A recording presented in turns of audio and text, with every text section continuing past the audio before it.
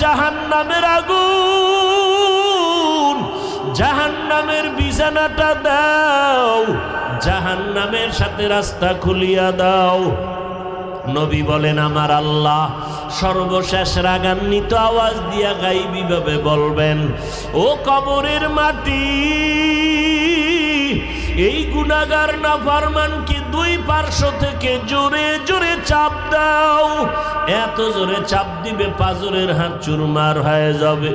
এরে নবীর উম্মতের দল, বালিশে মাথা লাগাইয়া ঘুমের সময় একটু চিন্তা করিও, জীবনে কত আপনজন খেলার বন্ধুরা আজকে চলিয়া গেল, দুনিয়াতে নাই।